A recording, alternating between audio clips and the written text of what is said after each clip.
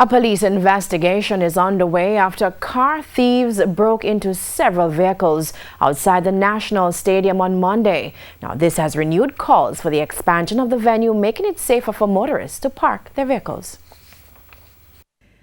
The National Stadium Monday night, jubilation as Jamaica's Reggae Boys defeat Honduras 3-2 in the CONCACAF Gold Cup. Corner, Jamaica, Vassal, header, goal!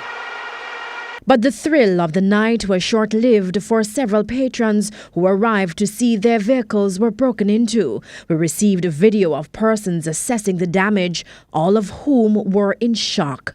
Desperate for parking during major events, motorists are left with little to no options to park their vehicles outside the National Stadium. Roosevelt Avenue, which is a stone's throw away from the National Stadium police station, is a popular spot. This abandoned car wash considered VIP parking, and for a fee, unsuspecting persons are promised that their belongings are in good hands.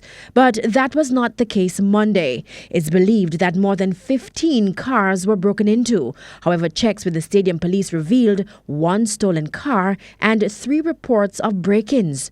TVJ News understands that the thieves stole tires, rims, laptops, car documents, car radios, among other valuables. When we visited the area Thursday, a trail of the destruction was still evident. We stumbled on this device believed to be used to disconnect power from some of the vehicles. Also, this stone, which it's believed was used to smash the car windows. The police would only say the matter is being investigated. We also spoke with persons who frequent the area. They didn't want to appear on camera but complained that the National Stadium is in need of expansion to include proper parking facilities for patrons.